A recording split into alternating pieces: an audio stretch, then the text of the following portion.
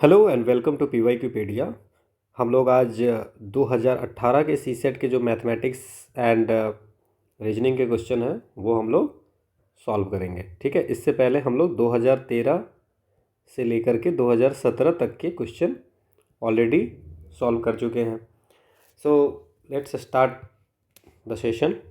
The first question is that the consider the following 3 dimensional figure, how many triangles does the above figures have. कितने triangles हैं। No, इसको अगर आपको calculate करना होगा तो आप कैसे कैलकुलेट कर सकते हो। जैसे कि हम लोग इस पार्ट को लेते हैं, ठीक है। आप ये 3D डायग्राम है तो आप उसके अकॉर्डिंग 3D की तरह सोचे, ठीक है। तो ये और ये, तो एक ट्रायंगल हमारा कौन सा हो गया, ये, ठीक है। एक ट्रायंगल हमारा हो गया ये, ठीक है। और एक ट्रायंगल हमारा हो गया ये सामने से हो गया, ठीक है। First, second and third. और तो ये सामने से हमारा हो गया 3 ट्रायंगल, ठीक है। ये और ये और 2 ट्रायंगल। कौन कौन 2 ट्रायंगल हमारा, आप देखिए 2 ट्रायंगल, ये एक ट्रायंगल ये जो आप बैक में है जो दिख नहीं रहा है, और ये, ठीक है। तो 2 ट्रायंगल और 3 ट्रायंगल फ्रंट का, तो टोटल ऊपर में जो ये फंक्शन, ये जो हो गई, ये जो एरिया हो गई, ठीक है। इसमें ऊपर में कितने हैं, 5 ट्रायंगल। तो 5 ट्रायंगल हमारा क्या हो गया, टॉप पे हो गया, ठीक है। तो बॉटम पे भी ऐसा ही होगा। सो 5 ट्रायंगल एट बॉटम, ठीक है। फिर अगर हम लोग बात करें तो 5 ट्रायंगल हमारा सामने भी होगा, ठीक है। सो 5 ट्रायंगल ये फ्रंट में होगा और 5 जो होगा वो बैक में होगा, ठीक है। सो 5 ये हो गया हमारा फ्रंट में और 5 हमारा ये हो गया बैक में। तो टोटल कितने हो गए, 20 ट्रायंगल्स हो गए।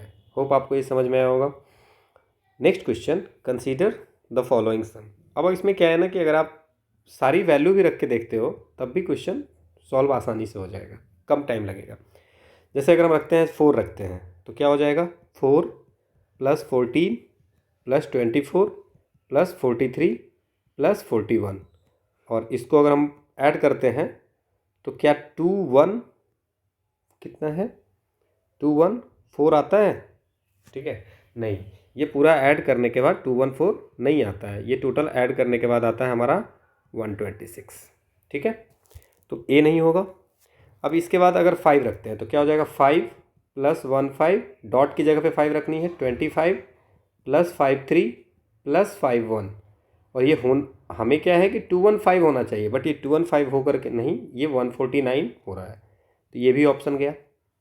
नाउ 6 + 16 + 26 + 63 + 61, इसकी जो सम होती है ये होती है 172। बट हमारा यहाँ इसके अकॉर्डिंग क्या होगा, 216 होना चाहिए, तो ये भी गलत हो गया। सो आंसर इज डी, क्योंकि 8 + 18 + 28 + 83 + 81 which is 218। So this is the answer. Next question है, consider the following pattern of number. तो देखो इसमें क्या हो रहा है, 8 + 4, ठीक है, -6। सो 8 + 4 -6 = 6। 10 + 6 कितने हो गए, 16, -5 कितनी हो गई, 11। 15 + 8 कितनी हो गई, 23। 23 में से 7 गया तो 16। 13 और 8 21, 21 में से 4 गया तो इट्स 17, ठीक है। आसान था। Next question, how many diagonals can be drawn by joining the vertices of an octagon, ठीक है। सो ऑक्टागोन में कितने हो जाएंगे, 8 हो जाएंगे साइड्स। सो नंबर ऑफ, या आप एक फॉर्मूला याद रख सकते हैं, number of diagonal in polygon, ठीक है ना। पॉलीगॉन यहाँ पे तो 8 हो जाएगी एन की साइड पर, वो होता है n × n-3/2। So what is the number of octagon है, तो साइड कितनी हो गई, 8, तो 8 × 8-3/2। सो इट्स 8 × 5/2, तो ये 20। सो the answer is 20। So how many diagonals can B drawn by joining the vertices of, ठीक है, तो 20 होंगे, ठीक है। Next question, the figure drawn below gives the velocity graphs of two vehicle A and B. The straight line OKP represents the velocity of A, vehicle A, और CKD वो velocity of B. ठीक है. In the figure, D is the point where perpendicular from P meets the horizontal line CKD such that PD is equal to half LD. So it is said that PD is equal to half of LD, मतलब LD is equal to 2PD, है ना.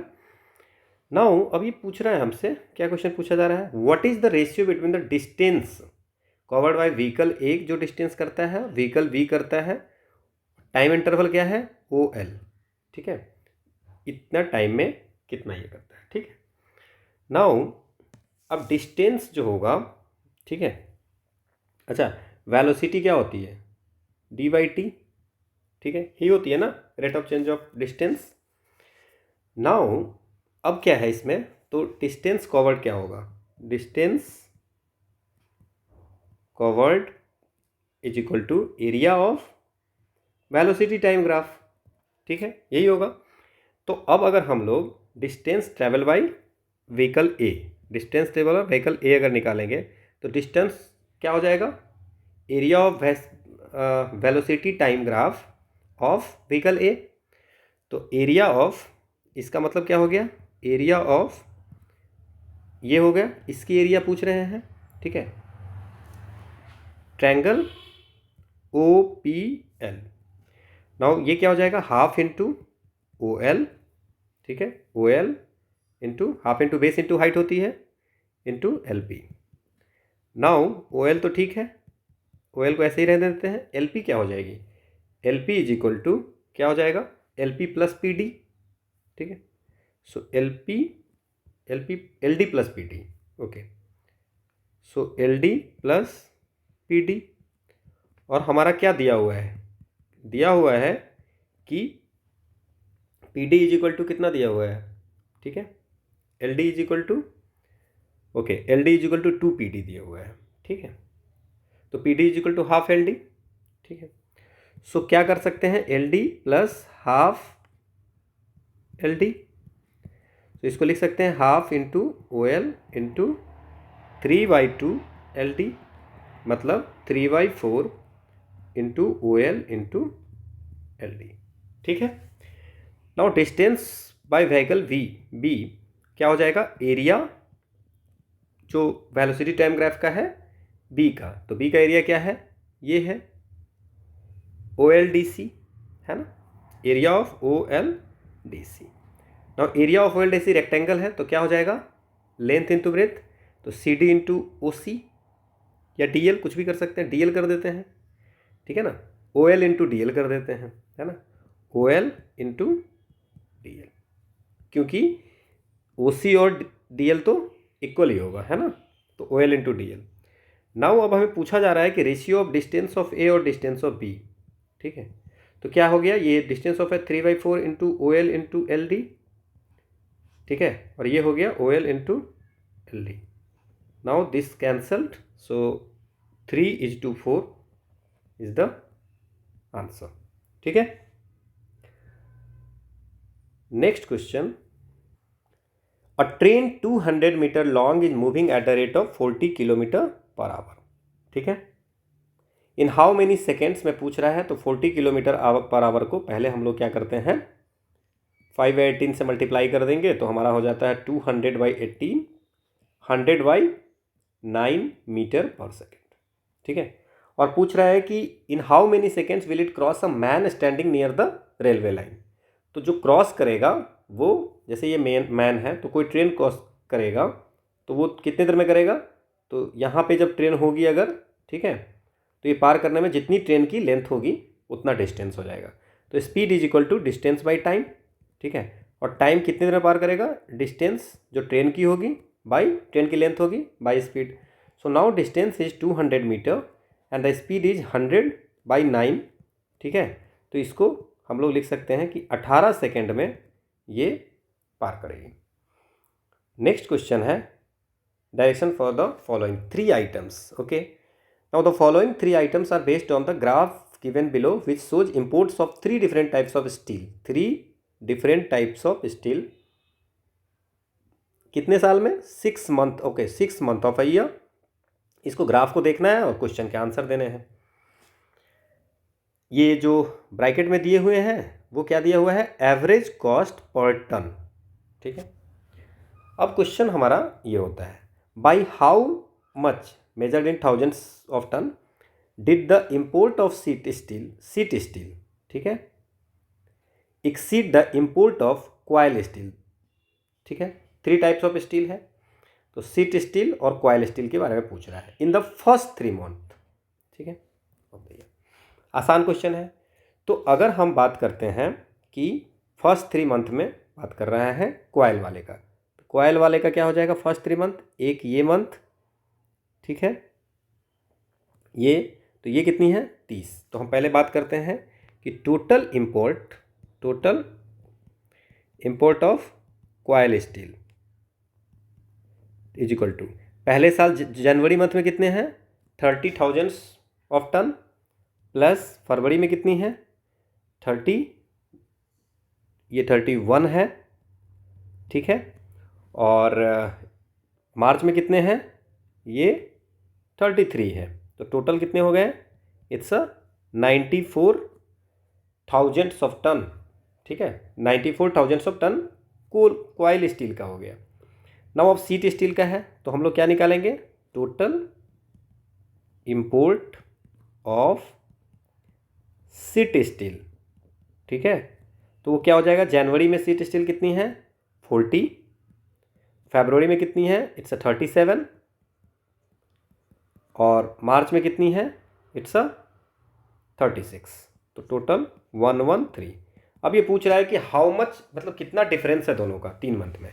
तो 113 minus 94, तो ये जो आ जाएगा हमारा, वो आ जाएगा 19,000 ऑफ टन. आसान क्वेश्चन था.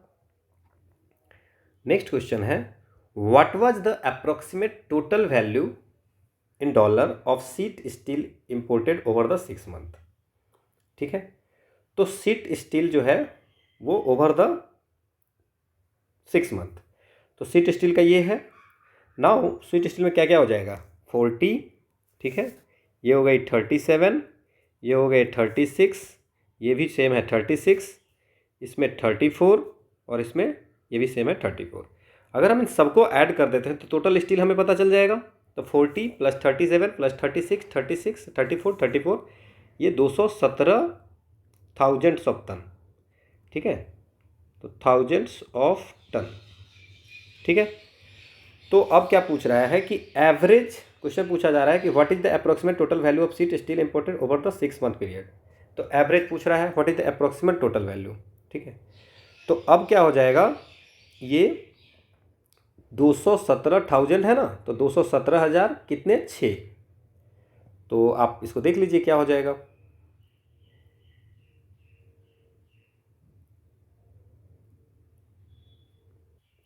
अब क्या है कि 200 नहीं ओके, सो 217,000 हमारा ये आया. ठीक है ना. अब ये है कि कितने डॉलर है, कौन से सीट कौन सा पूछा जा रहा है? सीट स्टील का डॉलर में. तो 217,000 है और उसमें एक सीट का है 256. एवरेज कॉस्ट पर टन, एक टन का कितना है? 256. तो हम लोग क्या करेंगे? एवरेज कॉस्ट पर टन है, तो 217,000 को एक टन का कितने हैं? 256 है ना. ओके, सो $256. तो ये टोटल हो जाएंगी 55. ठीक है. 1552 आता है. ठीक है. तो ये अप्रोक्सीमेट ये आंसर हो जाएगा, क्योंकि अप्रोक्सीमेट वैल्यू पूछ रहा है, तो हमारा ये आंसर हो गया 55,550. नेक्स्ट है कि what was the approximate ratio of sheet steel and scrap steel imports in the first 3 month. अच्छा, फर्स्ट 3 मंथ में इसके रेशियो बताना है. तो सीट स्टील का तो पता है 40, 37 और 36 फर्स्ट 3 मंथ में. तो रेशियो पूछ रहा है, तो 40 प्लस 37 प्लस 36 डिवाइड बाई. अब स्क्रैप का, तो स्क्रैप का पहले मंथ में कितनी है? 32, 34 एंड अगेन 32. सो ये हो जाएगा 32 plus 34 plus 32. So it's a 113 divide by 98, तो ये अराउंड 1.153 है। तो अप्रोक्सीमेट वैल्यू इसकी कितनी हो जाएगी? It's 1.2 divide 1। Okay, next question है direction for the following 3 items. ठीक है, now rotated position of a single solid are shown below. ठीक है, the various faces of the solid are marked with different symbols like dots, cross and line. अब पूछ रहा है कि what is the symbol on the face opposite to the containing a single dot. इसके opposite में क्या होगा? ठीक है, तो इसके अपोजिट में, अब ये तो सामने 2 डॉट तो दिख ही रहा है इसके सामने, तो 2 डॉट्स तो होगा नहीं, तो 2 डॉट्स तो ऐसे ही खत्म हो गया। अब क्या है, अब यहाँ पे भी ये क्रॉस दिख रही है, यहाँ पे इसके अपोजिट में होगा तो दिखेगा नहीं, तो क्रॉस है तो क्रॉस भी नहीं होगा। अब हमारे पास बचा कि 3 डॉट होगा या 4 डॉट होगा। ठीक है,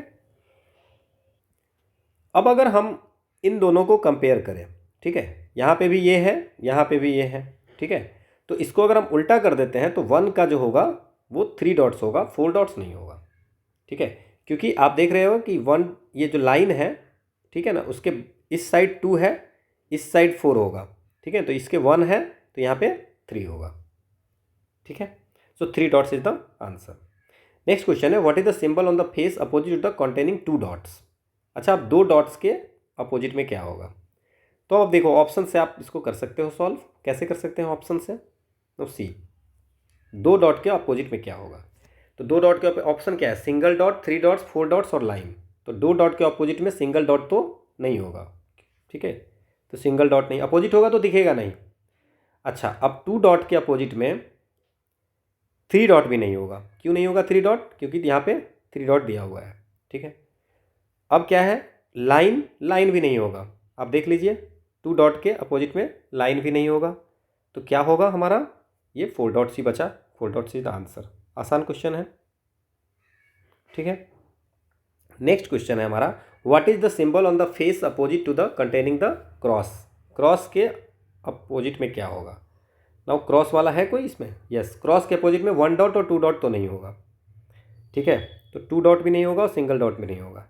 अब 4 डॉट्स हम लोग को पता है कि किसके अपोजिट में है, ठीक है ना, 2 डॉट्स के, तो इसके क्या हो जाएंगे? लाइन। सो आंसर क्या हो जाएगा? लाइन। नेक्स्ट क्वेश्चन है if LSJXVC is the code for Mumbai. So L के बाद एक होता है M, S के बाद T फिर U, है ना। तो अगर, और देखो L के बाद सीधे M हो गया, फिर T हुआ, फिर J के बाद JKLM 2 डिजिट, X के बाद XYZA 3, V के बाद तो आप देख रहे हो 1 2 3 करके बढ़ रहा है, 1 2 3, है ना। तो अब दिल्ली के बाद क्या होगा? तो अच्छा, तो दिल्ली किसका होगा? ठीक है, तो पहला तो 1 होगा, तो पहला तो C हो जाएगा। ठीक है, दिल्ली। ठीक है, तो C+1 D हो गया। इसके बाद E लाना है, तो E से पहले क्या होगा? D, है ना, और C, तो अगेन C। ठीक है, तो 2 डबल C हो गया, तो ये ऑप्शन तो ऐसे ही चला गया। अब इसके बाद L है, तो L से पहले क्या हो जाएगा? JK, तो JK हो जाएगा, तो क्या हो जाएगा इसका? I। ठीक है, IJKL। फिर H से पहले EFG, तो क्या हो जाएगा? D, तो CCID, तो this one is the answer. ठीक है, नेक्स्ट क्वेश्चन है if Raman is written as 1 2 3 4 5, Dinesh 6 7 8 5 8 4 9, तो हमम क्या होगा? ठीक है, तो सिंपल सा है कि हमन H हमें चाहिए, तो H में क्या है? 9, H का 9 है, तो 9 लिखें। A का क्या है? A का 2 है, तो 2 लिखें। M का क्या है? M का 3 है, तो 3 लिखें। फिर A का 2 और M का 3, so 9 2 3 2 3, so 9 2 3 2 3, this is answer. Next question है if x is between -3 and -1। -3 से -1 के बीच में x है और y कितना है? -1 से 1 के बीच में है, देन x² - y² की वैल्यू क्या होगी? ठीक है, तो अगर हम x² की बात करें, ठीक है, तो कैसे होगी? बिटवीन देन x² - y² की वैल्यू किन दोनों के बीच में होगी? तो अगर लिस्ट वैल्यू की बात करें, लिस्ट वैल्यू, हम लोग बात करें, अगर मान लेते हैं कि स्क्वायर है तो ये भी पॉजिटिव हो जाएगा, ये भी पॉजिटिव हो जाएगा। तो लिस्ट वैल्यू की बात करें तो इसको 0 लेते हैं, लिस्ट वैल्यू एक है ना, लिस्ट वैल्यू पहले हम बात करते हैं। तो लिस्ट वैल्यू क्या हो जाएगा, x की वैल्यू 0 एंड y की वैल्यू अगर 0 लेते हैं तो x square minus y square का वैल्यू 0 हो जाएगा, क्योंकि अगर निगेटिव भी नंबर है, अगर एक्स स्क्वायर और वाई स्क्वायर करेंगे तो वो पॉजिटिव हो जाएगा। तो x square minus y square 0। तो ये तो पक्की बात हो गई कि लिस्ट वैल्यू 0 होगी। तो लिस्ट वैल्यू 0 में दो ऑप्शन है हमारे, so this and this. And maximum value की अगर बात करते हैं तो x की वैल्यू क्या हो सकती है, ठीक है। तो -3 और -1 के बीच में है, तो हम लोग इसका ऐसा कर सकते हैं कि -3 से थोड़ा नीचे रख देते हैं। अगर हम -2.99 रखते भी हैं तो एक्स स्क्वायर क्या हो जाएगा, अराउंड 9 हो जाएगा, अराउंड 9 हो जाएगा स्क्वायर करने पे। और y की वैल्यू जो होगी वो मान लेते हैं हम 0 रख लेते हैं, तो x square minus y square की वैल्यू 9। ये भी तो पॉसिबिलिटी हो सकती है। तो जो आंसर होगा वो 0 से 9 के बीच में होगा, 9 भी नहीं होगा और ये 0 तो हो 0 भी नहीं होगा, ठीक है ना। तो 0 से 9 के बीच में हम लोगों का ये होगा। नेक्स्ट क्वेश्चन है हमारा, read the following information, answer the 2 items that follow the plan of an office block for 6 officer ABCDEF is as follow. बोथ B and C occupy office to the, okay so इसमें क्या है कि both B and C occupy offices to the right of the corridor as one enters the office block। चलिए तो ये मान लेते हैं कि कॉरिडोर है, अगर इंटर करते हैं तो एक राइट हो गया और एक लेफ्ट हो गया, ठीक है। तो both B and C occupy office to the right of the corridor, तो B और C राइट में बैठता है, इधर राइट ये लेफ्ट। अब क्या है, and A occupies on the left of the corridor, तो इधर A है इधर BC है, ठीक है। E and F occupy office on the opposite side of the corridor but their office do not face each other। एक तरफ E होता है एक तरफ F होता है, बट दोनों का क्या है, do not face each other। The office of C and D faces each other, फिर ऑफिस ऑफ C और D भी, अगर इधर C है तो इधर D हो जाएगा। बस अब E F में है, अगर इधर E होगा तो इधर F, ठीक है। Now E does not have a corner office, F's office is further down the corridor then A से डाउन है F का। तो क्या पूछा जा रहा है, if E sits in his office and faces the corridor whose office is to his left, उसके लेफ्ट में किसका ऑफिस होगा, ठीक है। चलिए ठीक है, अब इसमें कह रहा है कि E does not have a corner office, ठीक है। तो E अगर कॉर्नर ऑफिस नहीं है तो हम मान लेते हैं कि E जो है वो बीच में है, ठीक है। अब जब E बीच में है, E and F occupy office and on opposite side of the corridor but their office do not face each other, तो F यहाँ पे नहीं होगा, या तो यहाँ होगा नहीं तो यहाँ होगा। नेक्स्ट क्या है कि A occupies on the left of the corridor, तो A इधर है, तो F यहाँ होगा A यहाँ पे हो जाता है, ठीक है। अब क्या है, both B and C occupies office to the right of the corridor, ठीक है। अब ये है कि the office of C and D faces each other, तो यहाँ पे हम लोग एक C इधर ही है, ठीक है, राइट में ही C है D, तो यहाँ पे क्या हो जाएगा B और B हो गया, तो यहाँ पे क्या बचेगा F, तो ये पूरा हो गया। तो अब पूछा जा रहा है कि E के, अच्छा मान लेते हैं कि अगर E यहाँ पे भी रखते तब भी हमारा A इधर चला जाता, ठीक है ना। तो E और A का जो होता, E के whose office to his left, if E sits in his office and faces the corridor whose office is to his left, इसके लेफ्ट में कौन होगा C, तो द आंसर इज C, ठीक है। तो E का पोजीशन हमारा यही होगा। नेक्स्ट क्वेश्चन है, who is are F's immediate neighbour, F का इमीडिएट नेबर कौन हो जाएगा, A हो जाएगा, F का इमीडिएट नेबर A, क्योंकि F के बगल में कौन है, A है, ये कॉरिडोर है, ये एंट्री है।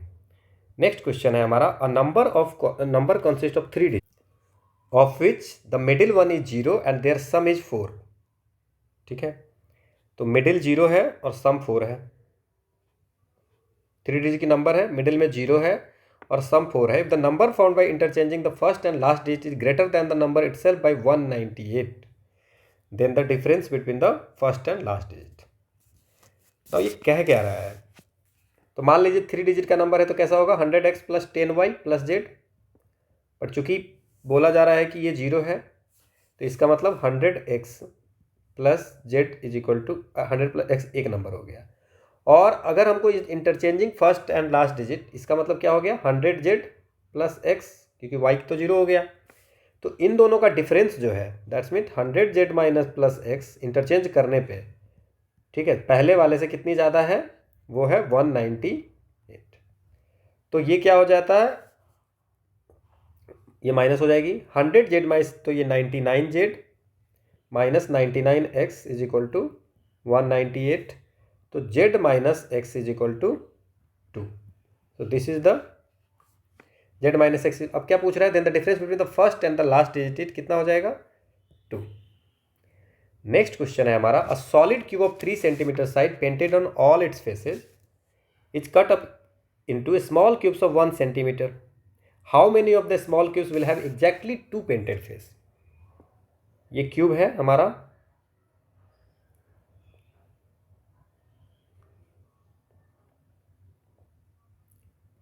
ठीक है। अब ये 3 सेंटीमीटर का है, अब इसको 1 सेंटीमीटर का 3 हो गया, ठीक है, ये ऐसा है, ठीक है, ओके। तो अभी पूछ रहा है कि कौन ऐसा होगा जिसमें कि 2 ही साइड का ये होगा, कितने ऐसे क्यूब होंगे जिसमें सिर्फ 2 साइड कलर होंगे, ठीक है। तो अब अगर इसमें हम सॉल्व करें इसको, तो 2 साइड वाले कौन होंगे, सी 2 साइड वाले एक ये होंगे, 2 3,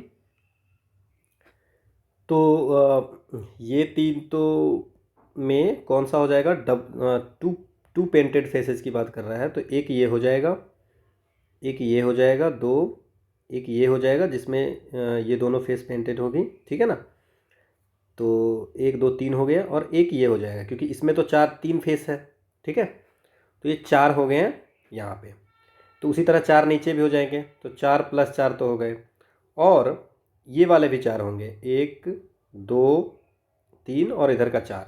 तो टोटल जो होंगे हमारे वो कितने हो जाएंगे, 2 फेस पेंटेड वाले जो हो जाएंगे वो 12 हो जाएंगे, ठीक है।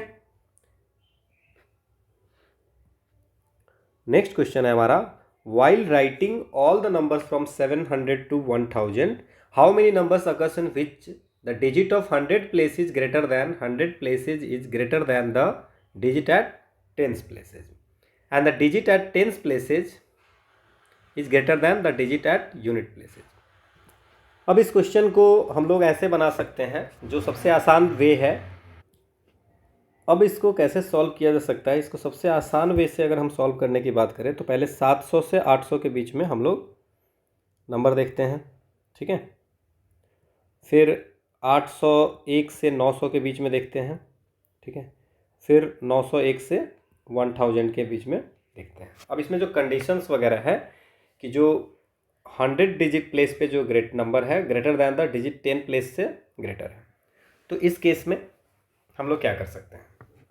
नाउ ये तो 7 है, ठीक है, तो इस पर 8 नहीं हो सकता है कभी भी। तो हम अगर नंबर लिखना शुरू करें तो या तो 1 हो सकता है, ठीक है, 2 हो सकता है, 3 हो सकता है, 4 हो सकता है, 5 हो सकता है सेकंड पे, 6 हो सकता है, ठीक है ना। इतना ही नंबर हो सकता है हम लोग का, ठीक है, क्योंकि ये कह रहा है कि 100 places the digit at 100 places 100 place is greater than digit at 10th place. तो यही हो सकता है, 100 प्लेस से बड़ा होगा। और जो इसमें है, ठीक है ना, तो ये तो हो गया। अब इसमें क्या बोला जा रहा है कि digit at 10th place is greater than, तो एक बड़ा है तो इससे पहले क्या हो, 0 हो सकता है। अब यहाँ पे क्या हो सकता है, 1 या 0, ठीक है। यहाँ पे क्या हो सकता है, 2 1 0। यहाँ पे क्या हो सकता है, 3 2 1 0, यही होगा। यहाँ क्या हो सकता है, 4 3 2 1 0, कोई भी प्लेस कोई भी हो सकता है। और यहाँ क्या हो सकता है, 5 4 3 2 1 0। तो टोटल ये कितने हो गए, 6 5 4 3 2 और 1, 6 5 11 4 15 3 18 20 और 20 1। तो 700 से 800 के बीच में ऐसे नंबर कितने होंगे? 21। अब यहाँ पे क्या होगा? 8 होगा तो या तो उससे छोटा 7 या 6 या 5। अभी हम लोग हंड्रेड्स एंड टेंस डिजिट पे सोच रहे हैं, या 3 या 2 या 1 या बस इतना है, ठीक है, 81। नाउ अगर हम इसकी बात करें तो क्या होगा ये? सी, तो अब यहाँ पे क्या हो सकता है? ये लास्ट डिजिट क्या हो सकता है? तो लास्ट डिजिट में क्या हो सकता है? 7 है यहाँ पे, तो यहाँ पे या तो 6 होगा, नहीं तो 5 होगा, नहीं तो 6, नहीं तो 5, नहीं तो 4, नहीं तो 3, नहीं तो 2, नहीं तो 1, नहीं तो 0। तो कितने हो गए टोटल? 7। इसमें 6, इसमें 5, इसमें 4, इसमें 3, इसमें 2, ठीक है ना, 1 और 0, और इसमें 1। तो कितने हो गए? 7, 6, 13 और 5 18, 4 22 और 3 25 27 और ये 28 नंबर हो गए, ठीक है। अब क्या है? ठीक है, अब हम लोग यहाँ पे 8 इस 0 इसलिए नहीं होगा कि फिर इसके बाद 0 तो ये दोनों बराबर इक्वल है, तो ये नहीं होगा, ठीक है ना। नाउ अगर 9 है तो यहाँ पे क्या हो सकता है? सेकेंड टेंस डिजिट 8 या 7 हो सकता है कि 9 से छोटा है, 9 से छोटा जो भी होगा वो हो सकता है, या 4 या 3 या 2 या 1। 0 होगा तो फिर तो अब जब 8 होगा तो इसमें टोटल जो लास्ट डिजिट क्या होगा? कुछ भी, 0 से 7 तक कुछ भी हो सकता है, टोटल 8 ऐसे नंबर होंगे। इसमें 0 से 6 तक कुछ भी हो सकता है, तो 7, फिर 6, 5, 4, 3, 2, 1। तो 8 7 15, 6 21, 5 26, 4 30, 3 33, 2 35, 1 36। तो टोटल 36 ऐसे नंबर हो सकते हैं। तो टोटल नंबर अगर हम लोग 21, 28 एंड 36 को ऐड करते हैं तो ये होती है 85। So the answer is 85। Next question है हमारा, if pen less than pencil, so pen less than pencil, pencil less than book, pencil less than book and book greater than cap. तो अभी सारे रिलेशन है, तो इन सब को बात करें, पेन लेस देन पेंसिल, सो और पेंसिल लेस देन बुक, तो पेन लेस देन पेंसिल और बुक जो है लेस देन क्या हो जाएगा? पेन लेस देन पेंसिल, ठीक है। और बुक बड़ा है, ठीक है ना, किससे? पेंसिल से भी। बुक बड़ा है किससे? पेंसिल से भी। और बुक बड़ा है किससे? कैप से भी, कैप से भी, ठीक है ना। बुक बड़ा है कैप से भी, तो कैप से भी बड़ा है और इससे भी है, तो हम लोग क्या करते हैं, यहाँ बुक लिखेंगे, यहाँ पे कैप। सो पूछ रहा है कि which of the following is always true, तो पेन हमेशा लेस देन बुक होगा, ठीक है। नेक्स्ट क्वेश्चन है हमारा, a book seller sold a number of geography text book at the rate of ₹X per book, ठीक है ना, X रुपीज़ पर बुक से A+2 number of history book text book at the rate of X+2 और A-2 number of mathematics book text book at the rate of X-2 पर book. तो total क्या होगा? तो पहला book A number of books है ₹X, फिर A+2 number of book है X+2 और फिर A-2 नंबर ऑफ बुक है X-2। तो इसको अगर हम कैलकुलेशन करते हैं तो AX + 2X + 2A + 4 + AX - 2X - 2A + 4, ठीक है। तो ये क्या हो जाएगा? 3AX + 4 4 8, ठीक है, और ये तो कैंसिल हो जाएगा। So 3AX + 8 is the answer. Next question है, a bag contains 15 red ball and 20 black ball, ठीक है। तो एक बैग है जिसमें कितने हैं? 15 रेड बॉल है और 20 है ब्लैक बॉल, है ना। ईच बॉल इज नंबर्ड इधर 1 और 2, ठीक है, और 3, या तो 1 और 2 या 3, ठीक है। Now 20% of the red balls are numbered 1, 40% of them are numbered 3, तो 60% हो गए, तो 40% बाय डिफ़ॉल्ट क्या हो जाएंगे? ब्लैक, ठीक है। तो अब क्या है? Similarly among the black balls 45% are number 2, 30% are number 3, ठीक है। तो 45 और 30 75, तो 25 1 हो जाएगा। A boy picks a ball at a random, he wins if the ball is red and number 3, और if it is black and number, या ठीक है ना, ब्लैक और एक या दो नंबर से हो। अब इसको कैसे बना सकते हैं? तो पहला हम लोग ये बात करेंगे कि एक, हम लोग पहले रेड की बात करते हैं, ठीक है। ओके, तो पहले हम लोग रेड बॉल कौन, जो एक मार्क्ड है। तो एक मार्क्ड वाला क्या है, 1 और 2 और 3। 20% of red balls are numbered 1। तो 15 का 20% कितने हो गए? टोटल 15 रेड बॉल है, उसके 20% जो है वो हमारा 1 मार्क्ड है, तो 3 हो गए। इसके बाद क्या है, and 40% of them are number 3, और 3 वाले कितने हैं? 15 का अगर 40% करते हैं तो होता है 6। तो टोटल ये हो गए। तो 2 वाले कितने हो जाएंगे? टोटल 9 है, 1 और 3 वाले, तो 2 वाले कितने हो जाएंगे? 15 माइनस 9 विच इज 6। तो ये रेड का हो गया। नाउ अब ब्लू बॉल की बात करते हैं, ब्लैक की बात करते हैं। तो ब्लैक बॉल टोटल कितने हैं? 20। रेड तो हमारे 15 थे। अब 20 में एक नंबर वाले कितने हैं सो देखना है, ठीक है ना। Among the black ball 45% are number 2। तो 2 वाले कितने हैं? 2 नंबर, जिस बॉल पे 2 नंबर लिखा हुआ है 45%, मतलब 9 ऐसे बॉल हैं जिस पे 2 लिखा हुआ है। 30% नंबर 3 जो है वो 30% ऐसे बॉल है जिस पे क्या लिखा हुआ है? 3। तो कितने हो गए? 6। तो टोटल बचे कितने? एक नंबर वाले कितने बचे? 5। 9 चौ 15, 5 20। तो यहाँ तक तो कोई दिक्कत है नहीं। अब पूछा जा रहा है कि a boy picks a ball at random. तो टोटल तो हमारे कितने हैं? 35 है ना। टोटल जो है हमारा कितने हो? 35। सैंपल स्पेस अगर बात करें तो 35 हो गई। ही wins if the ball is red number 3। तो रेड नंबर 3 वाले कितने हैं? 6।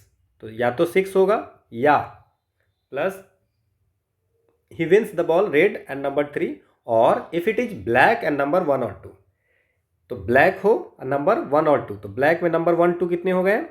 9 और 5 14 है ना। तो या तो ब्लैक होके 9 होगा या ब्लैक होके 5 होगा।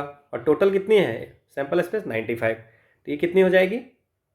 20/35 है ना। तो ये कितनी हो जाएगी? 4/7 इज द आंसर। आसान क्वेश्चन था। नेक्स्ट क्वेश्चन है, two persons A and B are running on a circular track. At the start, B is ahead of A and their position makes an angle of 30° at the center of the circle. When A reaches the point diametrically opposite, ठीक है, to his starting point, okay, he meets B. What is the ratio of speeds of A and B if they are running with uniform? दोनों uniform speed से run कर रहे हैं। अब question क्या पूछ रहा है सो आप देखिए। सो एक सर्कुलर ट्रैक है, यहाँ पे अगर मान लेते हैं कि ए शुरू करता है यहाँ से, ठीक है, A is ahead of B है ना, और इस दोनों के बीच में एंगल कितनी है? 30°, ठीक है। और बोल रहा है कि when A reaches the point diametrically opposite to his starting point. तो अगर ए की स्टार्टिंग पॉइंट ये है तो ओके, सो ये बोल रहा है, थोड़ी सी मैं डायग्राम को सही कर लूँ। Okay, so this is the circle, this one is the centre. तो यहाँ से 30° बना रहा है, ठीक है। और अगर मान लेते हैं कि ए यहाँ से स्टार्ट करता है, बी 30° इधर से, तो इसके डायमीटर कौन होगा? यहाँ पे। तो जब यहाँ पे ए जाता है तो बी से मिल जाता है। So this one is the meeting point, ठीक है। तो when A reaches the point diametrically opposite to his starting point he meets B. What is the ratio of speeds of A and B? That's means क्या हुआ कि B जितने देर में यहाँ से यहाँ जाता है, ए यहाँ से पहुँच जाता है यहाँ, यही हुआ मतलब, है ना। सो ए डैश एंड बी डैश पहुँच जाता है। नाउ डिस्टेंस ऑफ अगर ए की बात करें तो क्या हो जाएगी? 2πr टोटल होती है तो πr हो जाएगी, ठीक है। और डिस्टेंस ऑफ बी की बात करें तो क्या हो जाएगा? टोटल तो कितनी हो जाएंगे? आधा सरकमफेरेंस πr, और उसमें से ये वाली पोर्शन को हटानी है, तो ये वाली पोर्शन कितनी हो जाएगी? πr। टोटल एंगल कितनी होती है? 180 360 है ना। तो πr/6 इसको, इस एंगल को हटा देंगे, तो ये कितनी हो जाएंगी? It's a 5πr/6। So this one is या तो स्मॉल r लिखिए या कैपिटल लिखिए। अब क्या पूछ रहा है कि स्पीड क्या होता है, अर्थात टाइम तो दोनों को सेम ही लग रहा है। तो speed is equal to distance by time. तो distance is equal to speed into time, और टाइम सेम ही है ना। तो क्या हो जाएगा? डिस्टेंस वाई अगर हम करते हैं तो distance of A, okay, so speed of, what is the ratio of speed of A and B? Okay, so speed of A, जब टाइम कांस्टेंट होगा तो speed of A by B is equal to distance of A by distance of B. क्या हो जाएगा? Pi r divide by 5 pi r by 6, so it's 6 by 5 is the answer. Next question है हमारा, ए student has to get 40% marks to pass in. एक exam में पास होने के लिए स्टूडेंट को चाहिए 40% मार्क्स। अब इसको 30 मार्क्स आता है, ठीक है, और ये फेल कर जाता है 30 मार्क्स से। इसका मतलब अगर 30 मार्क्स है, अगर इसको 30 मार्क्स और आ जाता तो ये पास कर जाता। और पास कितने पे है? मान लीजिए कि x मार्क्स का एग्जाम हो रहा है, मैक्सिमम मार्क्स है, तो उसके 40% इज इक्वल टू 60। तो x इज इक्वल टू कितने हो गए? 6000 बाई 40 विच इज 150। मतलब टोटल जो पेपर हुई थी 150 की, उसको 30 आया था और 30 और लाता तो वो पास कर जाता। नेक्स्ट क्वेश्चन है, 19 boys turn out for playing hockey, ठीक है, 19 of these 11 are wearing hockey shirt, मतलब 11 जो है वो शर्ट पहनते हैं हॉकी का, ठीक है ना, और 14 जो है वो हॉकी के पैंट पहनते हैं, है ना, हॉकी के पैंट्स पहनते हैं, ठीक है ना। There are no boys without shirt, no boys without shirt and और पैंट, सब बॉयज के कोई पैंट सर कुछ या शॉर्ट्स कुछ ना कुछ पहने हैं।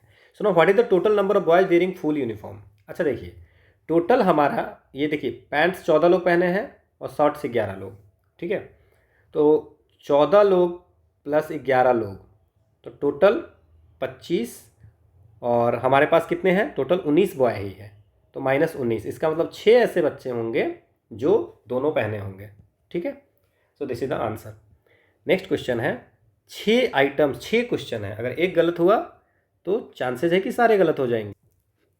Read the information given below and answer the 6 item that follow. A B C D are student, चलिए A B C D student है। They are studying in 4 different cities, P Q R, कोई दिक्कत, P Q R and S order में नहीं है। They are studying in science college, art commerce college and engineering college, which are situated in 4 different states, Gujarat, Rajasthan, Assam and Kerala, ठीक है। अब क्या दिया हुआ है? डी इज स्टडिंग इन असम, तो डी को हम लोग लिख देते हैं यहाँ पे असम, ठीक है, ये खत्म हो गया। Arts college is located in city S which is in Rajasthan, इसको भी रुकते हैं थोड़ा। A is studying in commerce college, ठीक है, तो ए यहाँ पे कॉमर्स कॉलेज में पढ़ता है, ठीक है, A is studying in commerce college, ये भी गया, ठीक है। B is studying in city Q, तो बी जो है ये सिटी क्यू में है, ठीक है, ठीक है, ओके। अब क्या है? B is studying in city Q, ये भी हो गया। Science college is located in Kerala, ठीक है, science college is located in Kerala. चलिए अब हम लोग इसको देखते हैं। अब हमारा ये जो सेकेंड वाला क्या कहता है कि arts college is located in city S which is Rajasthan, मतलब 3 चीज़ें हैं, आर्ट्स होगा, सिटी एस होगा और राजस्थान होगा, तो 3 इन चारों में से कौन से किस में खाली है? सब में कुछ ना कुछ दिया हुआ है, बट सी में कुछ नहीं दिया हुआ है, तो सी में हम लोग लिखते हैं, सी में इसको हम फिल कर देते हैं, राजस्थान, फिर क्या है?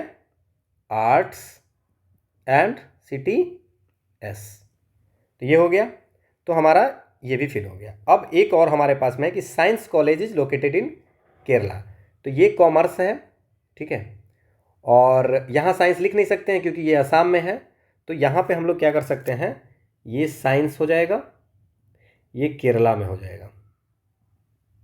अब यहाँ पे बचा क्या? एक गुजरात, और यहाँ सब्जेक्ट में बचा इंजीनियरिंग। लेकिन अब इतना ही हमारे पास डाटा है, तो पी और आर के बारे में पता नहीं है, तो या तो यहाँ पे पी आर होगा, या तो पी किसी में से, यहाँ पी यहाँ आर, या यहाँ आर यहाँ पर पी होगा। अब क्वेश्चन हम लोग देखते हैं, बहुत ही आसान क्वेश्चन है। ए इज स्टडिंग इन, ए कहाँ पढ़ते हैं?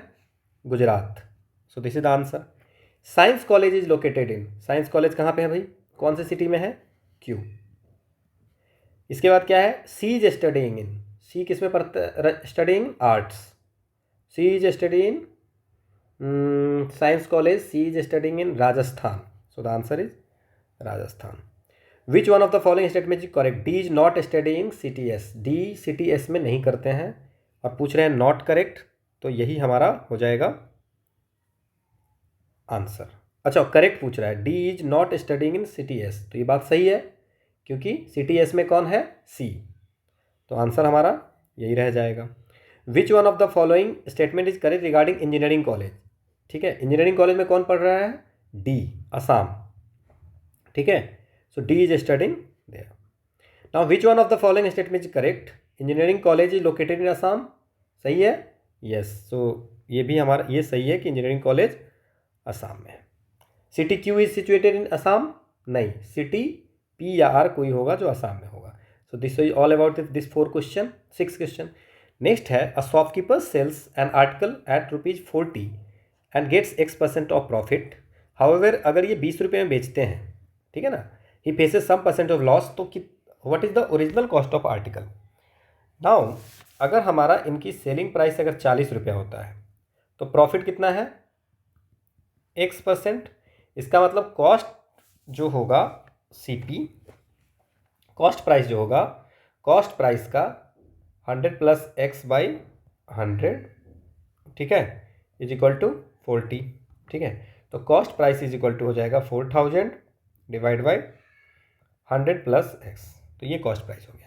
तो कॉस्ट प्राइस हमारा हो गया। अब क्या है कि अगर सेलिंग प्राइस 20 रुपये होगा तो हमें हानि होती है, ठीक है, तो कॉस्ट प्राइस क्या होगा, तो कॉस्ट सेलिंग प्राइस ये हो गई, कॉस्ट प्राइस तो हमारा 4000 बटे 100 + X है ही। तो अब ये पूछा जा रहा है ये, ठीक है, okay, so he faces same % of loss. ठीक है, तो अगर मान लेते हैं कि लॉस होगा तो क्या हो जाएगा, again CP into 100 - X/100, loss हो रहा है उतने ही % का, X% का ही, इज इक्वल टू 20। सो कॉस्ट प्राइस क्या हो जाएगा अब, 2000 डिवाइड बाई 100 - X। लेकिन ये दोनों कॉस्ट प्राइस तो सेम ही होगी ना, तो क्या लिखेंगे, 4000 by 100 + X is equal to 2000 by 100 - X। So ये क्या हो जाएगा, ये 2 टाइम्स में हो जाएगा, तो ये हो जाएगा 200 - 2X is equal to 100 + X। So ये हो जाएगा 100 और ये हो जाएगा 3X, so X is equal to 100/3। Now what is the original cost of price, तो किसी भी कॉस्ट ऑफ प्राइस वाले फॉर्मूला में वैल्यू रख दो। So cost price is equal to 4000/100 + 100/3। So it's 4000 into 3/400, so the answer is 30 रुपया cost रहा होगा, अगर 40 रुपया बेचा होगा तो फिर इनको 100/3% का 33.33% की प्रॉफिट, और 20 रुपये में बेचेंगे तो उनको उतने लॉस हुआ होगा। नेक्स्ट क्वेश्चन है, there are 24 equally spaced point, 24 equally spaced point lying on the circumference of a circle. ठीक है, तो 24 जो है सो इक्वली स्पेस्ड पॉइंट है। So what is the maximum number of equilateral triangle that can be drawn by taking sets of 3 points as the vertices. ठीक है, अब ये है टोटल हमारा कितनी पॉइंट है, 24 पॉइंट।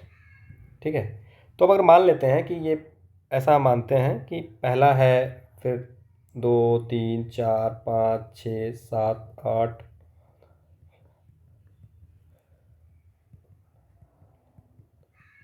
ये 24 तक है। ठीक है, अब इसमें अगर मान लेते हैं कि 24 पॉइंट है तो 3 पॉइंट को लेना है, तो पहला लिया, ठीक है, और 9वां और 17वां, तो ये ट्रायंगल इक्विलैटरल ट्रायंगल, क्योंकि इक्विलैटरल ट्रायंगल में एंगल हम लोग को सेम होना चाहिए। ठीक है, या तो फर्स्ट 9 17 ले ले, या 2 10 18 ले ले, है ना। अच्छा, अगर 24 है तो 360 बाई क्या हो जाएगा 24, तो 15 डिग्री एक का है, एक पॉइंट का, हमें 60 चाहिए, है ना।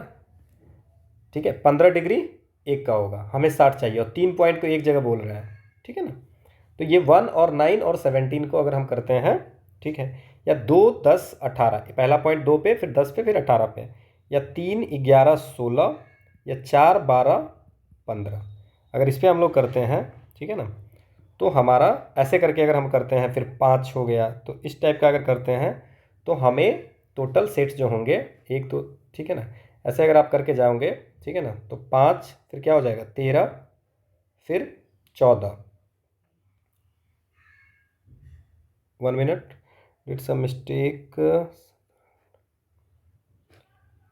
ओके सो इट्स ये इट्स 19, इट्स 20, ये 21, फिर ये 22, फिर 23, फिर 24वां पॉइंट। टोटल कितने हो गए? टोटल 8 ऐसे इक्विलैटरल ट्रायंगल बनेंगे। इक्विलैटरल ट्रायंगल में हमें एंगल सेम चाहिए, ठीक है। नेक्स्ट क्वेश्चन है हमारा, consider the sequence given below 4/4 12 95। अच्छा, ईस्वी दी हुई है, ईयर दी हुई है, ओके।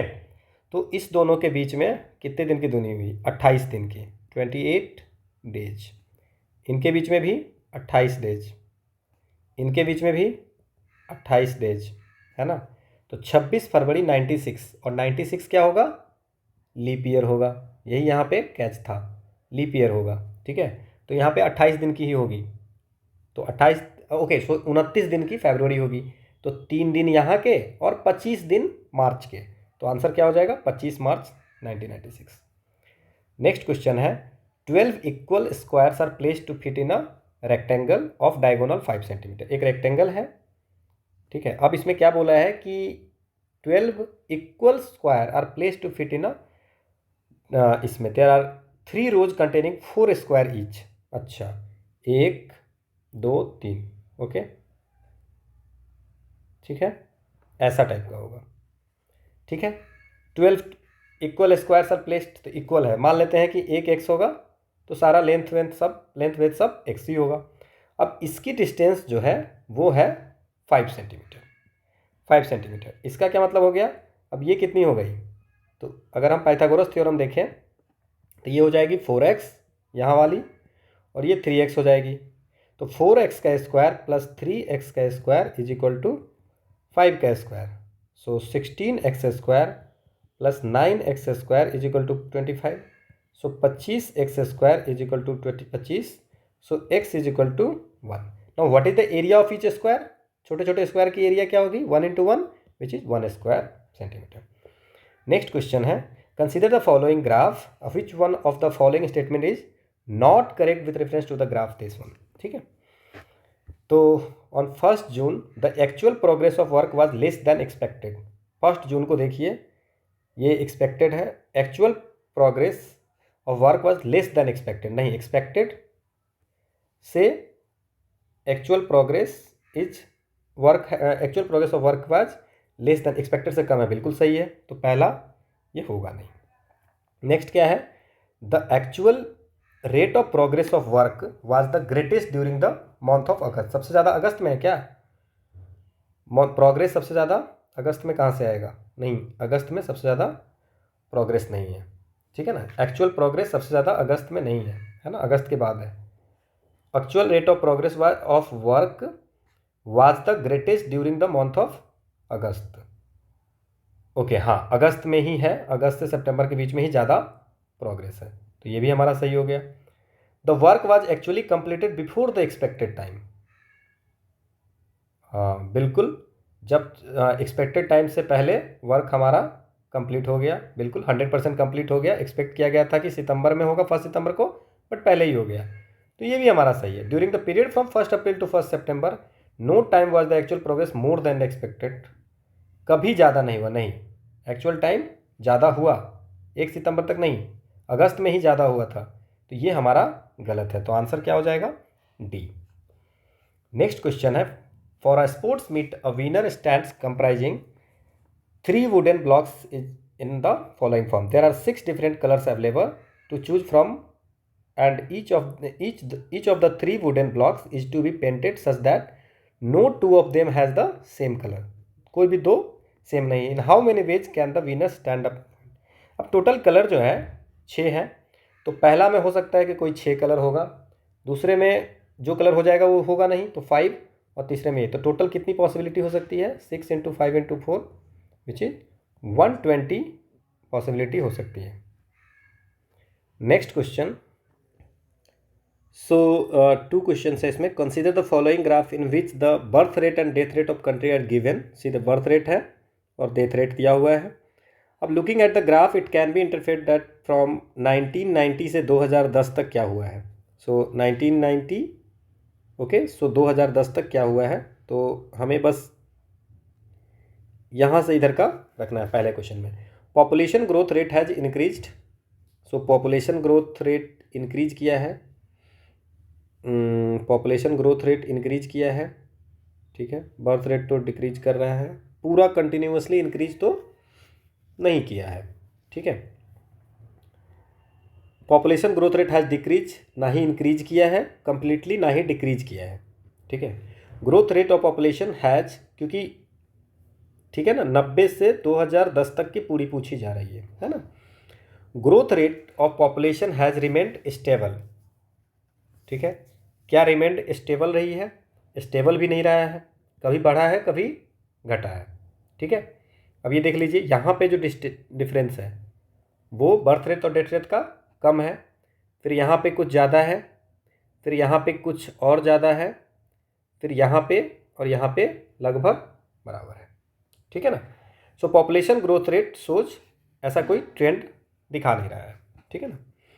नाउ नेक्स्ट क्वेश्चन है कि with reference to the above graph consider the following statement considering 1970 as base year. अब बेस ईयर 1970 मान के population has stabilise after 35 years. 1970 अगर बेस है तो यहाँ से यहाँ तक में पॉपुलेशन स्टेबलाइज कर गया, पहला ये है, ठीक है। दूसरा क्या है कि population growth rated has stabilise after 35 year, ठीक है, स्टेबलाइज हो गया। पहला क्या था? Stabilize after population has stabilize, और population growth rate has stabilize. बिल्कुल पॉपुलेशन स्टेबलाइज नहीं हुआ है, बर्थ रेट और डेथ रेट जो है सो, बर्थ रेट जो है सो कमा है और डेथ रेट जो है सो ये हुआ है कमा है ना। तो इसमें क्या है कि पॉपुलेशन ग्रोथ रेट स्टेबलाइज हुआ है ना, पॉपुलेशन स्टेबलाइज नहीं हुआ। सो दूसरा होगा death rate has fallen by 10% in the first 10 year. First 10 year में 10% डेथ रेट कमा है ना, फर्स्ट 10 ईयर में 10% डेथ रेट कमा है, ऐसा है क्या? ठीक है, ये 25 है ना, तो 10% नहीं कमा है, तो ये भी हमारा हो गया गलत। तो थर्ड होगा नहीं, तो थर्ड नहीं होगा तो क्या हो जाएगा? ये और ये नहीं होगा। सेकंड हो रहा है हमारा बर्थ रेट है स्टेबलाइज। अच्छा, बर्थ रेट स्टेबलाइज हुआ है, ठीक है ना, पॉपुलेशन ग्रोथ रेट जरूर स्टेबलाइज हुआ है क्योंकि बर्थ रेट और डेथ रेट के चेंजेस के कारण, बट पॉपुलेशन स्टेबलाइज नहीं हुआ है, ठीक है ना, रेट स्टेबलाइज हुआ है। So 2 and 4 is the answer. Next question है average hourly earning per year of the workers in a firm are represented in the figure A and B as follows. ठीक है, आवरली अर्निंग है ए की और figure B, है ना। अब क्या है नाउ, अब ए में देखिए, ए में क्या है 20 2013 में, फिर 14 में 25, फिर 30, फिर 35, फिर 40, और यहाँ पे क्या है 20 25 30 35 और 40। अब क्वेश्चन पूछ रहा है कि from the figure it is observe that the slope of the graphs are same. Yes, दोनों में जो है 20 25 30 40 45 है, तो दोनों में क्या हो गया, स्लोप ऑफ ग्राफ जो होगा वो सेम ही होगा। ठीक है, तो this is the answer. Next question है हमारा consider the following, consider the figures given. See, यहाँ पे क्या है, अगर इसमें पूछ रहा है कि टू फिट द क्वेश्चन, यहाँ पे क्या होगा, ठीक है।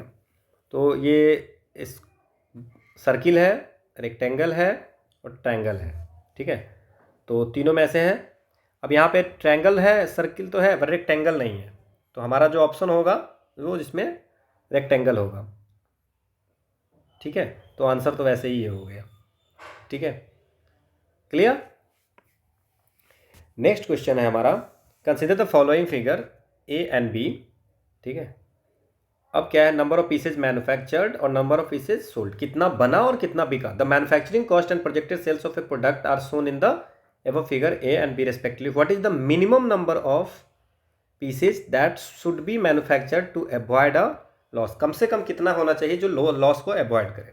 ठीक है, अब इसमें क्या है, अब यहाँ देखिए, ये अगर बात करते हैं हम लोग यहाँ पे, अगर 1000 पीस, ठीक है, नंबर ऑफ पीसेज मैन्युफैक्चर्ड और number of pieces sold, 1000 pieces manufactured होता है और, ठीक है ना, ठीक है, तो टोटल कितने रुपए लगते हैं, 6 लाख रुपए। सो 1000 रुपये, 1000 पीस पे 6 लाख रुपए लगते हैं। ठीक है, और फिर 2000 बनाने पे 7 लाख, 3,000 पे 8 लाख, बट 1,000 पीस जो बनती है जिस तो बिकती कितनी है आप देख लीजिए। 1,000 पे बिकती है 400, 2,000 पे बिकती है 350 सेलिंग प्राइस पर पीस, है ना, और 300 रुपये इसमें है। ठीक है, तो अगर हम बात करें, ठीक है, तो अगर 350 रुपये अगर हमको बिकती है एक प्रोडक्ट, ठीक है, और तो हमारा 1,000 प्रोडक्ट का क्या हो जाएगा,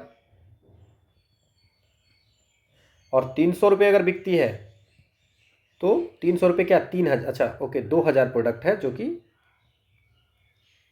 ठीक है, तो 350 अगर 2,000 पीस बन रही है तो टोटल कितने हो गए, 7 लाख रुपया, ठीक है, सेलिंग करके इसको मिला।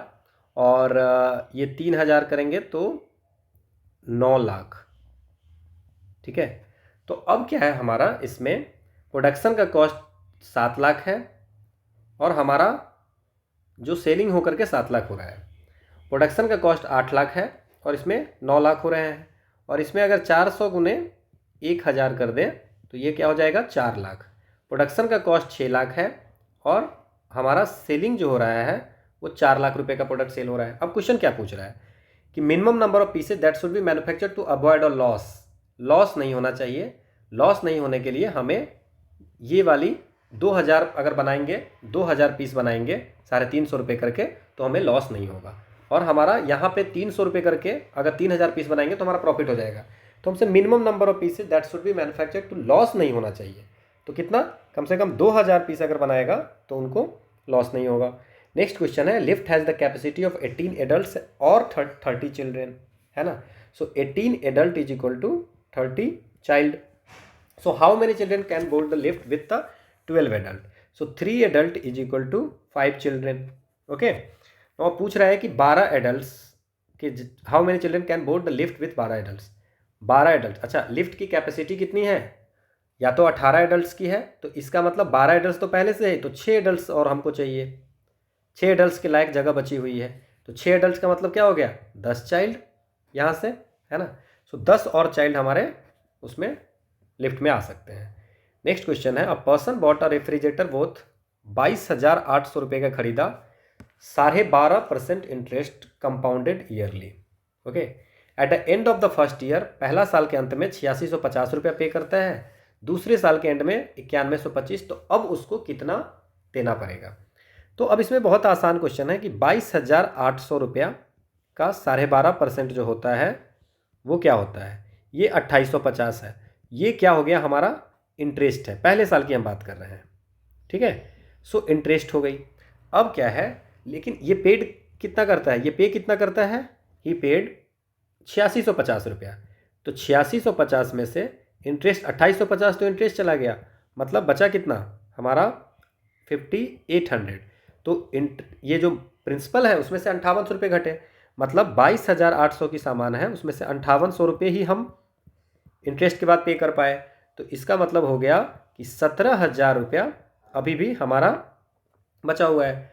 अब दूसरे ईयर, ये क्या हो गया फर्स्ट ईयर में, अब सेकेंड ईयर में क्या हो जाएगा, इस 17,000 पे हम लोगों को 12.5% लगेंगे, तो 17,000 पे 12.5% लगेंगे, मतलब 2,125 रुपया, ठीक है। और ये पे कितना ही पेड, इसने पे कितना किया आप देख लीजिए, इसने पे किया 9125 रुपया, तो 9125 इसने पे किया, तो 9125 में से 2,125 रुपये तो इंटरेस्ट वाला चला गया, तो टोटल हमारा बचा कितना 7,000 रुपया, इसका मतलब प्रिंसिपल में से घटा, तो टोटल पैसे कितने बचे थे 17,000 बचे थे, है ना। 17,000 में से 7,000 फिर प्रिंसिपल में से चला गया, तो बचा कितना 10,000 रुपया, मतलब अब उसको 10,000 रुपये पे करना है, लेकिन 10,000 के साथ क्या करना है, उसका 12.5 थर्ड ईयर में पे कितना करना है वो पूछ रहा है, तो उसका 1,250 रुपया इंटरेस्ट प्लस 10,000 रुपया उसको पे करना पड़ेगा अगर उसको लोन क्लियर करना है, तो इसका मतलब 11,250, ठीक है। नेक्स्ट क्वेश्चन है कंसीडर द फॉलोइंग फिगर, ठीक है। इसमें अब इसमें आप देखिए ये पार्ट कहाँ चला गया, यहाँ, ये पार्ट कहाँ चला गया, यहाँ, ठीक है, तो ये ऐसे घूम रहा है, फिर ये पार्ट जो है सो यहाँ चला गया, फिर ये पार्ट यहाँ गया, तो अब ये पार्ट कहाँ जाएगा, यहाँ, ठीक है। तो सब parts are shown to change. अब क्या कर रहा है, सेवेंथ में क्या होगा, मतलब इसके बाद क्या आएगा, ठीक है। तो इसका मतलब रेक्टेंगल यहाँ आएगा, तो यहाँ रेक्टेंगल आएगा, तो यहाँ रेक्टेंगल वाला एक ही है, ठीक है, यहाँ रेक्टेंगल वाले एक ही है, तो हमारा आंसर यही हो जाएगा। अगर एक से ज़्यादा रहता तो फिर हम ट्रायंगल का भी देखते, क्योंकि ट्रायंगल में क्या हो रहा है, यहाँ से यहाँ गया, फिर यहाँ से यहाँ, फिर आप देख लीजिए यहाँ से कहाँ गया, इधर, फिर इधर से इधर, फिर यहाँ से यहाँ, है ना। तो ये ऐसे घूम रहा है ट्रायंगल, है ना। तो ये कहाँ आ जाएगा फिर, ठीक है, यहाँ आ जाएगा। तो हमारा आंसर ये हो जाएगा बी, ठीक है। बट एक ही से आंसर मिल गया। तो next question, consider the following graphs, the curves in the graphs indicate different age groups in the population of two countries A and B over a period of few decades, ठीक है। ये country ए का है और ये country B का है। अब क्या पूछा जा रहा है कि with reference to the above graph which of the following are the most logical and rational interference that can be made, ठीक है।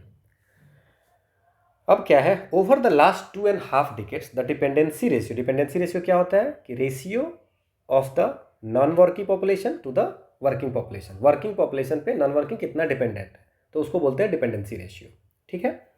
तो क्वेश्चन है कि ओवर द लास्ट 2.5 डिकेड्स, मतलब 25 ईयर्स में, the dependency ratio for country B has decreased, ठीक है। तो ओवर लास्ट 2 डिकेड्स, है ना, लास्ट 2 डिकेड्स में डिपेंडेंसी रेशियो कंट्री बी का डिक्रीज किया है, ओके, ठीक है। अब क्या है इसमें, जैसे कि 64 प्लस है, तो 64 प्लस और 15 लेस देन 15, ये जो है वर्क नहीं करेंगे। तो देख आप सकते हो कि लास्ट 25 ईयर्स में ये जो है बढ़ी है, क्या बढ़ी है हमारी डिपेंडेंसी, जो एज 64 प्लस वाले हैं वो उनकी संख्या बढ़ी है। जब उनकी बढ़ेगी तो इसका मतलब डिपेंडेंसी जो है, ठीक है ना, over the last 2.5 decades the dependency ratio for country B has decreased, ठीक है। तो 64 प्लस वाले तो इंक्रीज किए हैं, लेकिन आप देख सकते हैं कि चाइल्ड की संख्या जो लेस देन 15 वाले भी डिपेंडेंट होते हैं वो डिक्रीज किया है, ठीक है। तो इसका मतलब क्या हो गया कि ओवरऑल जो है डिपेंडेंसी जो है सो बी क्या डिक्रीज किया है, ठीक है। एक आप देख लो, ये इंक्रीज किया और ये स्टेबलाइज है, ये ज़्यादा डिक्रीज नहीं किया है। तो हमसे पूछा जा रहा है कि बी का तो डिक्रीज किया है। By the end of the next 2.5 decades the dependency ratio of country A will be much less than that of the country B, A से बी का कम है, नहीं ये गलत है, क्योंकि आप इसमें देख रहे हैं यहाँ पे ये इंक्रीज कर रहा है, ठीक है, और ये डिक्रीज कर रहा है। ये वैल्यू इंक्रीज करती है तो इसका मतलब वर्किंग, ये 1564 जो होती है वर्किंग पॉपुलेशन होती है, तो ये इंक्रीज करनी चाहिए। तो इसमें इंक्रीज कर रहा है, बट इसमें क्या कर रहा है, डिक्रीज कर रहा है। तो ये हमारा A will be much less, नहीं, A will be much less than that of country B, ये हमारा गलत हो गया। Now, in the next 2 decades, the workforce related to its total population will increase in country B as compared to E.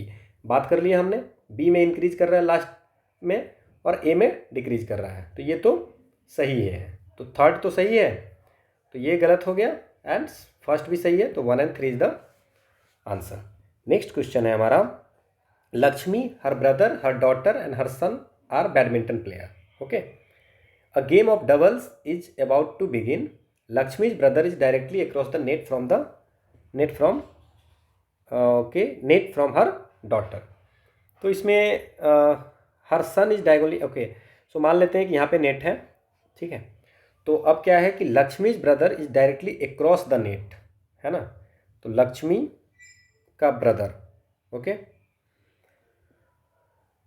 A game of double, Lakshmi's brother is directly across the net from her daughter, तो Lakshmi,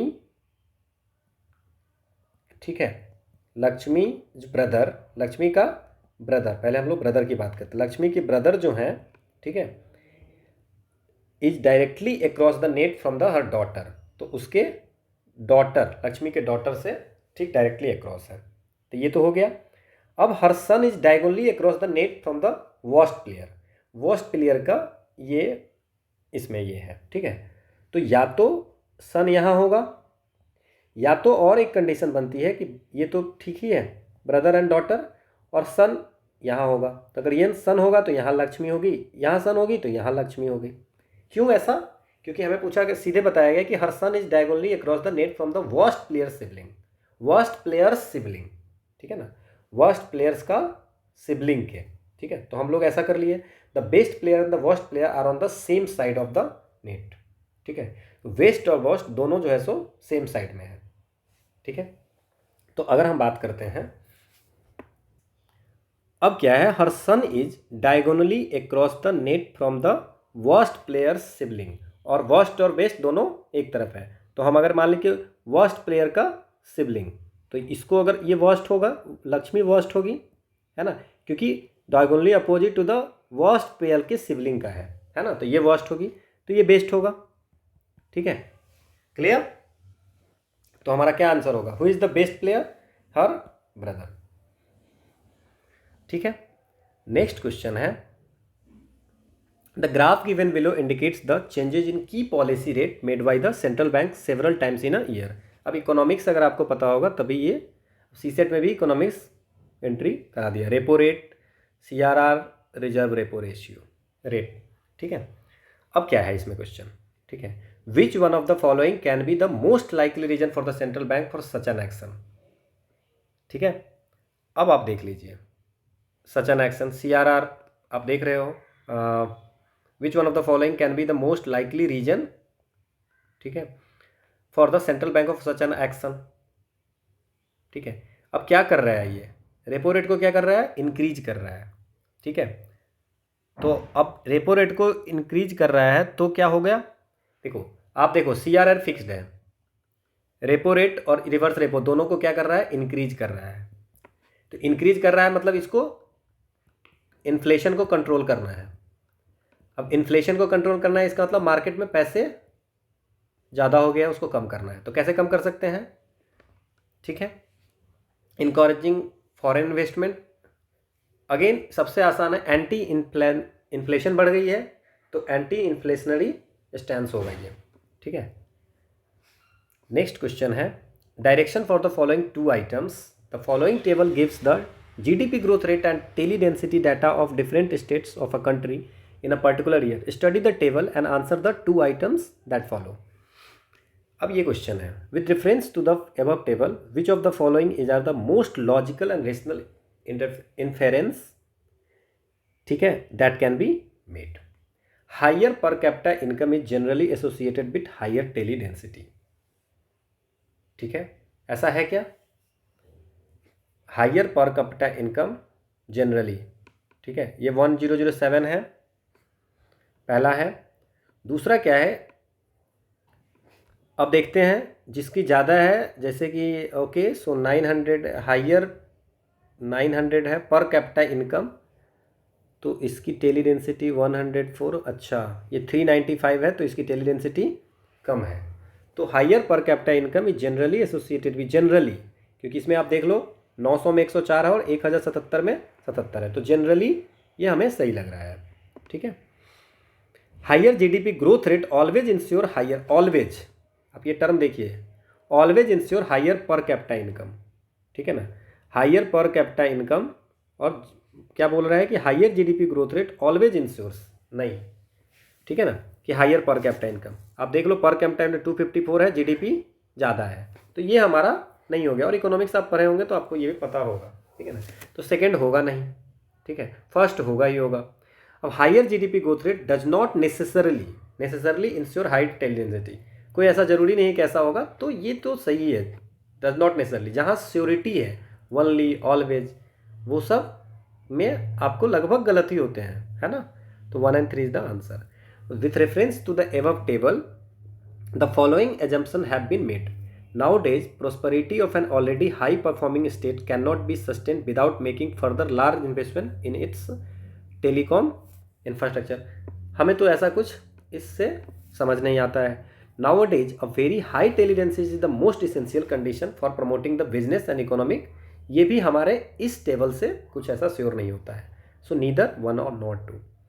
next question है, the following graph indicates the composition of our tax revenue for period of 2 decades, ठीक है, 90 से 91 से लेकर के 2010 से 11। With reference to the above graph which of the following is are the most logical and rational inference. ठीक है, तो इसमें क्या होगा, during the given period the revenue from direct taxes as percentage of gross tax revenue has increase while that of, अब देखते हैं direct tax कौन सा है भाई, डायरेक्ट टैक्स हो गया है ना इनकम टैक्स, ठीक है, और इनडायरेक्ट टैक्स में हो गया आपको बाकी, है ना, एक्साइज कस्टम, है ना, कॉर्पोरेट टैक्स भी हो गया, इनडायरेक्ट टैक्स और डायरेक्ट टैक्स आपको अगर पता होगा तभी ये क्वेश्चन बनेगा, है ना। तो गिवन पीरियड में डायरेक्ट टैक्स का इंक्रीज किया है, ओके। अब देखते हैं हम लोग, ये सब इनडायरेक्ट टैक्स हो गया, डायरेक्ट टैक्स हो गया, इनडायरेक्ट हो गया, सॉरी। तो अब देखते हैं क्या हुआ है यहाँ से यहाँ तक। ये कॉर्पोरेट टैक्स आप देखिए ये इंक्रीज किया है लगभग, ठीक है, और इनकम टैक्स भी, इनकम टैक्स कौन सा है, ये है, ठीक है, इनकम टैक्स भी थोड़ा बहुत इंक्रीज ही किया है, ठीक है। तो डायरेक्ट टैक्स में ये हो गया, और इनडायरेक्ट टैक्स में ये आप देख लीजिए, ये कौन सा है हमारा, ये कस्टम है, कस्टम डिक्रीज किया है, ठीक है, एक्साइज भी डिक्रीज किया है ना। तो हमारा ये पहला सही है। The trend in the revenue from excise duty demonstrate that the growth of manufacturing sector has been negative during the given period. Revenue from excise duty का रेवेन्यू कम हो रहा है, इसका ये मतलब है, ठीक है, कि that the growth of manufacturing sector has been negative during, नहीं ऐसा कुछ नहीं है ना। तो आंसर इज 1 ओनली, ठीक है। नेक्स्ट क्वेश्चन है हमारा, if x minus y is equal to 8 then which of the following must be true. तो x minus y is equal to 8, तो इसका क्या मतलब हो गया, both x and y must be positive for any value of x and y, नहीं, must be positive ऐसा नहीं बोल सकते हम लोग। If x is positive y must be negative, must be ऐसा कुछ नहीं है। x minus y is equal to 8, बहुत सारी कंडीशन है ऐसी जिसमें हो सकती है ना, -3 -11 कर देंगे तब भी हो सकता है ना। तो इसमें कोई भी नीदर 1 नॉट 2 नॉट 3, ठीक है। So this is all about the 2018 CSET paper. In next video we are going to discuss of 2019 CSET paper. So thanks for watching.